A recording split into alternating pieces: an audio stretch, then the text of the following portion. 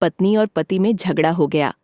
पति और बच्चे खाना खाकर सो गए तो पत्नी घर से बाहर निकल गई, यह सोचकर कि अब वह अपने पति के साथ नहीं रह सकती। मोहल्ले की गलियों में इधर उधर भटक रही थी कि तभी उसे एक घर से आवाज सुनाई दी, जहां एक स्त्री रोटी के लिए ईश्वर से अपने बच्चे के लिए प्रार्थनाएं कर रही थी।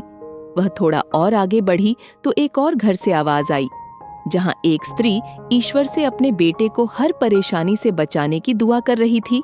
एक और घर से आवाज आ रही थी, जहां एक पति अपनी पत्नी से कह रहा था कि वह मकान मालिक से कुछ और दिन की मोहलत मांग लें और उससे हाथ जोड़कर अनुरोध करें कि रोज रोज आकर उन्हें तंग न करें।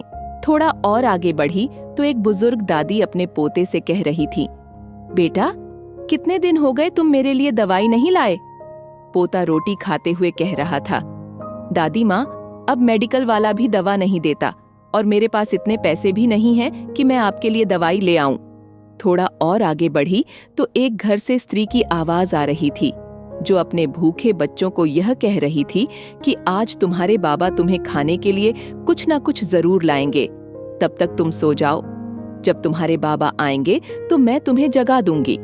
वह औरत कुछ देर वहीं खड़ी रही और सोचते हुए अपने घर की ओर वापस लौट गई कि जो लोग हमारे सामने खुश और सुखी दिखाई देते हैं, उनके पास भी कोई ना कोई कहानी होती है। फिर भी यह सब अपने दुख और दर्द को छुपाकर जीते हैं। वह औरत अपने घर वापस लौट आई और ईश्वर का धन्यवाद करने लगी कि उसके पास अपना मकान, संतान और एक अच्छा पति है। हाँ, कभी कभी पति से नोक झोंक हो जाती है, लेकिन फिर भी वह उसका बहुत ख्याल रखता है। वह औरत सोच रही थी कि उसकी जिंदगी में कितने दुख हैं, मगर जब उसने लोगों की बातें सुनी तो उसे यह एहसास हुआ कि लोगों के दुख तो उससे भी ज्यादा हैं। सीख: जरूरी नहीं कि आपके सामने खुश और सुखी नजर आने वाले सभी लोगों का जीवन परफेक्ट हो।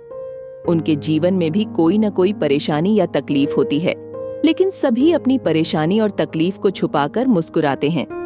दूसरों की हंसी के पीछे भी दुख और मातम के आंसू छिपे होते हैं।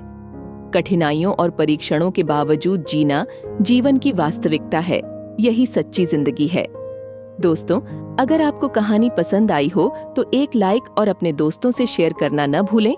रोजाना ऐसी ही कहानियों के लिए फॉलो करें।